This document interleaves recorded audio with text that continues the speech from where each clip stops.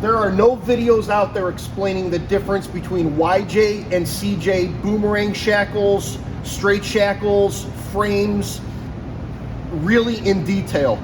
This is a CJ frame, a real CJ frame. It's not a YJ frame and I'm calling it a CJ frame. Now, on this CJ frame, the mounts for the shackles mount under the frame. A YJ, they mount in the frame, in about the center of the frame. So right away from the YJ to the CJ, where this mounts for the shackle is already changed. The CJ is already dropped down. These boomerang shackles on a YJ, this is how they're supposed to be installed. But this hole is up here. So now when this travels, you got this center part in here. When this travels, it goes up when it's under compression, when you're flexing this thing out. When this side gets tucked up into the wheel well, this bolt hole or this bolt will stop it. It will keep it from going so you don't warp wrap up your spring. The problem is the YJs are up here. See the difference between the YJ and the CJ? So now, if I keep this on the CJ, how I have this as a demo right now, this spring or this boomerang shackle is going to go up, and then when it hits the frame, this spring is already going to be too high, and you're going to wrap up your spring, you're going to bend your spring, and you're screwed. So what you have to do on the CJ, because the CJ shackle mount is dropped down lower, you have to not install them this way.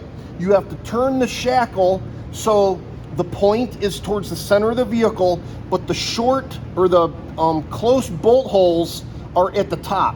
See the difference? The short bolt holes are at the bottom for the YJ. The CJ, they have to be at the top.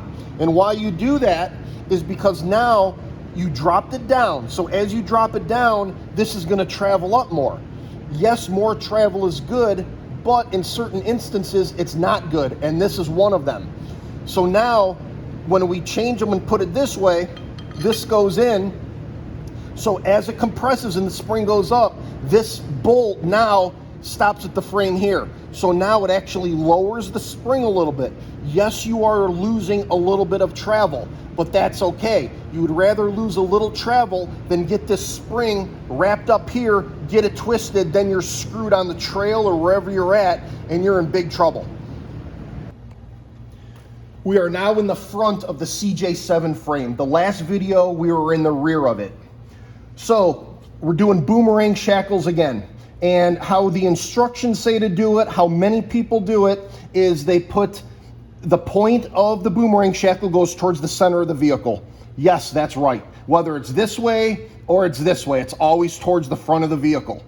But for this demonstration, the instructions, and everybody installs these boomerang shackles with the long leg. This is the long leg. This is the short leg. The long leg, they always put them like this. Now, the problem with that is when we have this center bolt in here, now as this articulates and travels, this is going to go up as this tire compresses and sucks into your wheel well. Now, this bolt is going to stop it up at the top. The problem is this spring is going to go all the way up to here. The problem with that is this spring is going to go up too far, and the spring is going to get twisted, and the spring is going to twist, it's going to bend, and you're screwed. The spring is done, you're done, not good. So what we do is we reverse all that. So if we come over here, we're going to eliminate that problem. Yes, we're going to lose a little bit of travel like the rear, but that's okay. I'd rather lose a little travel than twist my spring out on the trail or wherever you're at, and then you're in big trouble.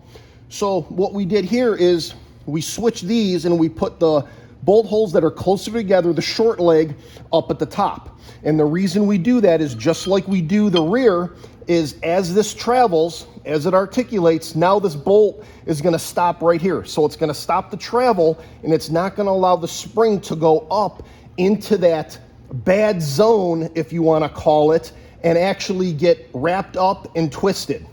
So that's why we switch the boomerang shackles and do them this way instead of what most people do and what a lot of instructions say. Always remember also, use grade 8 bolts at bare minimum only. Anytime you're dealing with suspension parts, grade 8 bolts. That's it, nothing else.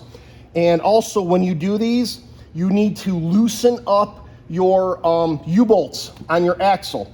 You have to make sure that you get your springs, your shackles, and everything in line and straight, and then tighten it up. You can't just put these on and leave everything tight at your axle. You're going to be looking for major problems with steering, wandering, and everything else on the road. Take your time and do the job right.